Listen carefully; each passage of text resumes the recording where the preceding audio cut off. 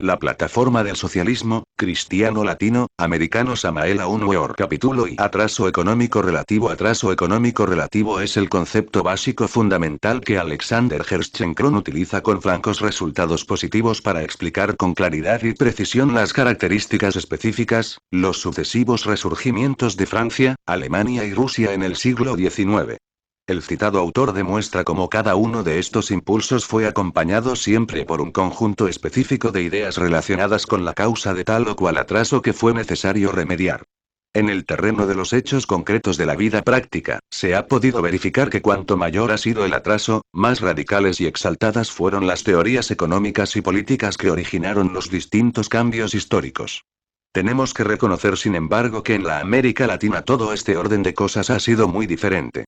El atraso económico de Iberoamérica con relación a la evolución y desarrollo económico e industrial de la vieja Europa en el siglo XIX, ciertamente no dio lugar a la elaboración de nuevas teorías, ideas o enfoques nativos acerca de los problemas vitales de la economía y el desarrollo industrial en cada uno de los países indo-americanos. Después de las guerras de independencia, los países latinoamericanos solo se preocuparon por los problemas de supervivencia, organización y consolidación de los estados centro y suramericanos, todo esto en medio de muchas luchas fronterizas. Revoluciones de sangre y aguardiente y espantosas guerras civiles antihumanas y lo que es peor, fratricidas. Realmente, aunque no sea muy de nuestro agrado, tenemos que reconocer que las distintas constituciones nacionales de las repúblicas latinoamericanas, están totalmente inspiradas y hasta copiadas de la de los Estados Unidos de Norteamérica, mientras que las generosas ideas de la Revolución Francesa sirvieron como fundamento intelectual para las nuevas repúblicas.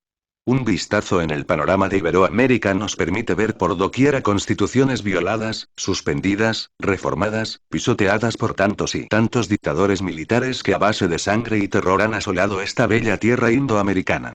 Las condiciones económicas, sociales y políticas de todos los países latinoamericanos, están realmente divorciadas de aquellas sonoras palabras conocidas como libertad, igualdad, fraternidad. En la América Latina la ideología y la realidad están separadas en forma radical y definitiva.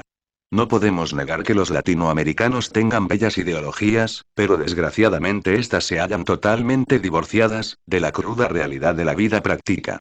Por estos tiempos se habla mucho sobre liberalismo y democracia, pero en estas tierras iberoamericanas, la tan cacareada ideología liberal y democrática, fuera de toda duda solo sirven ahora para ocultar inconfesables propósitos.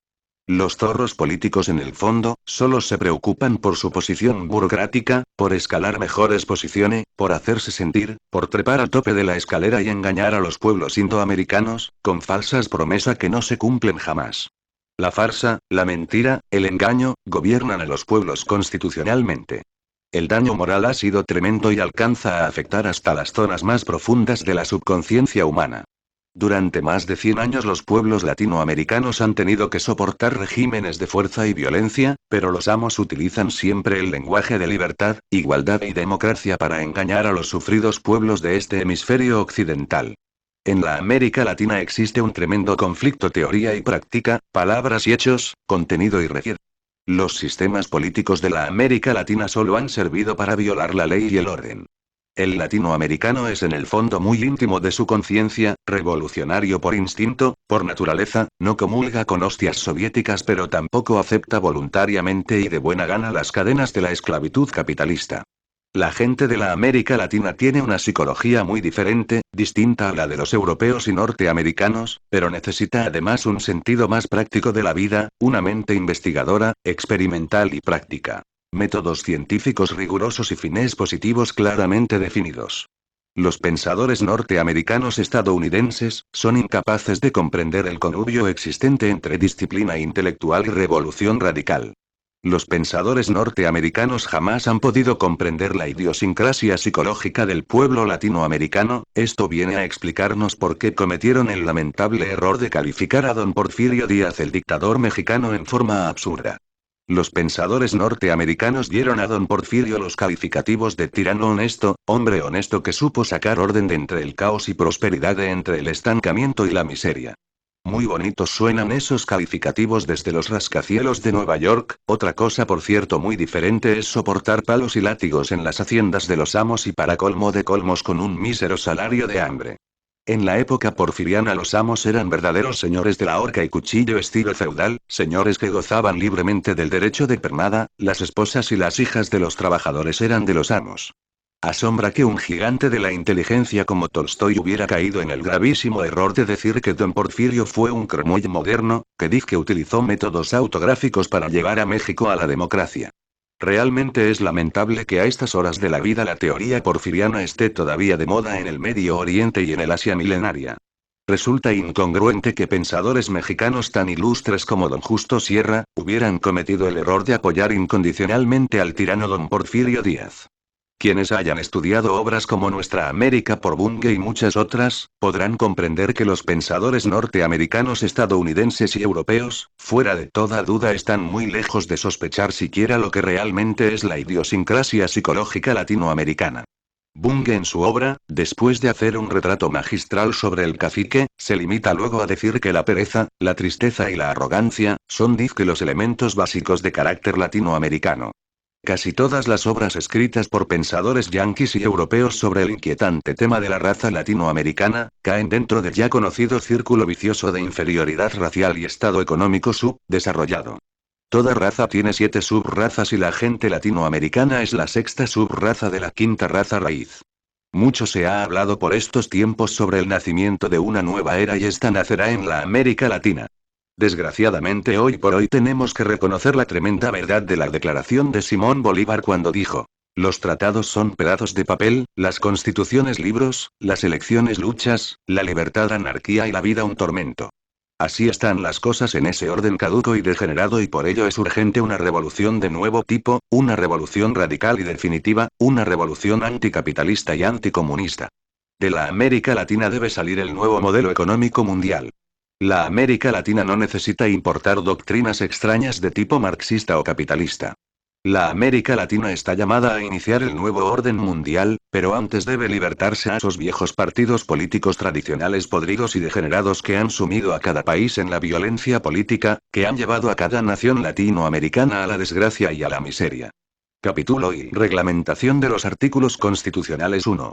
Gestionaremos hasta obtener las transformaciones constitucionales necesarias, acopladas a los problemas sociales, culturales, literarios, económicos y políticos actuales. Conseguir la reglamentación de los artículos constitucionales, que conceda los derechos de los trabajadores a la sociedad en general, a fin de mejorar el nivel de vida en la familia mexicana.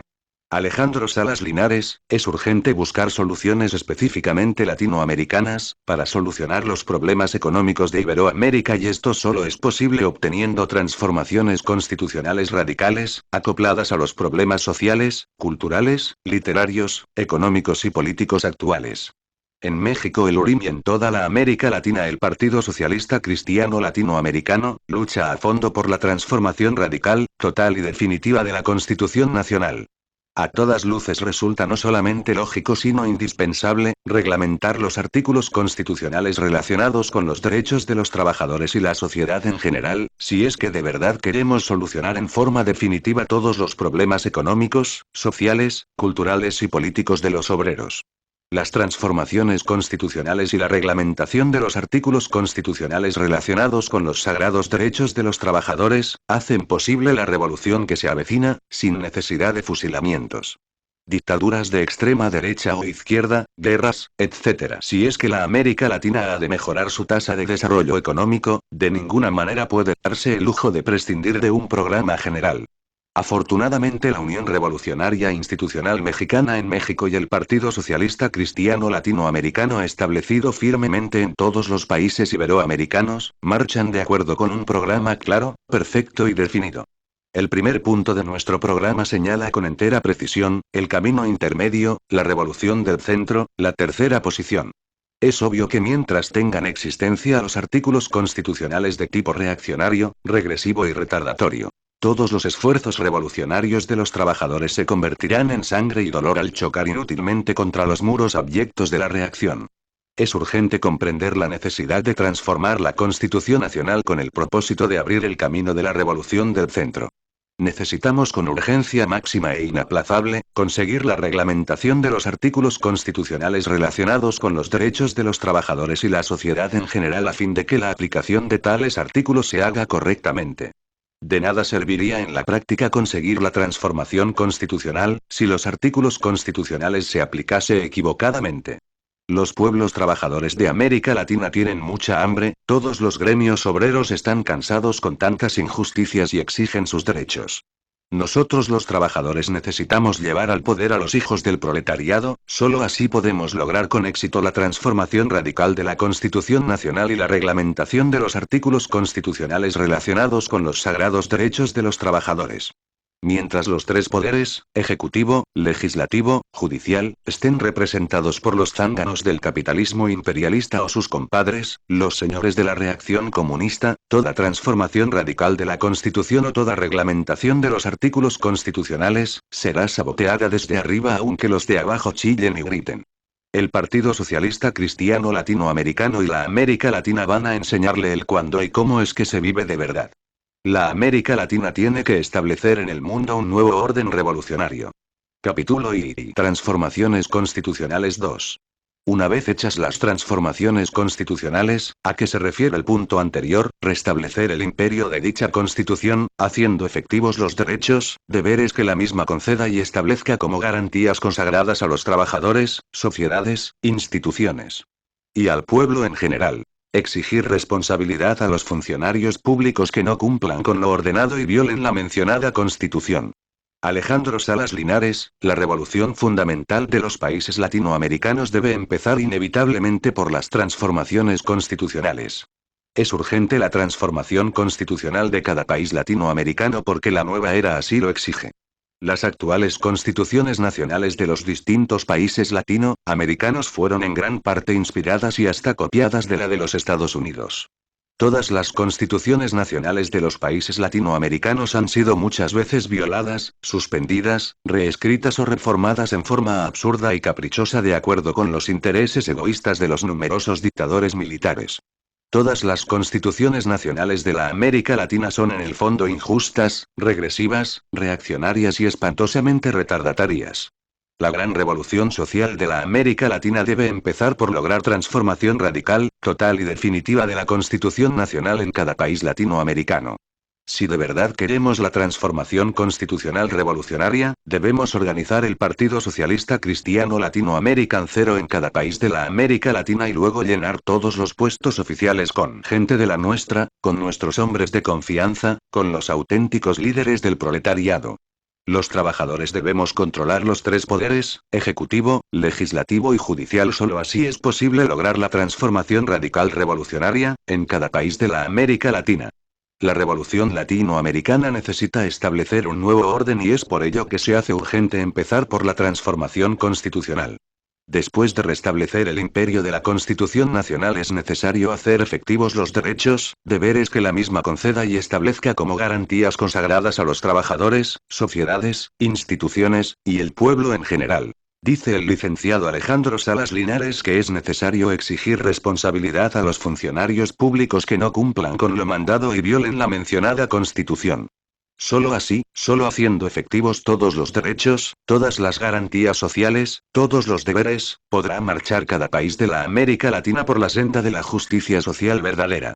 De nada serviría la transformación constitucional revolucionaria si no se hiciera efectiva, si no se les exigiera responsabilidad a los funcionarios públicos que no cumplan con lo mandado y violen la mencionada Constitución.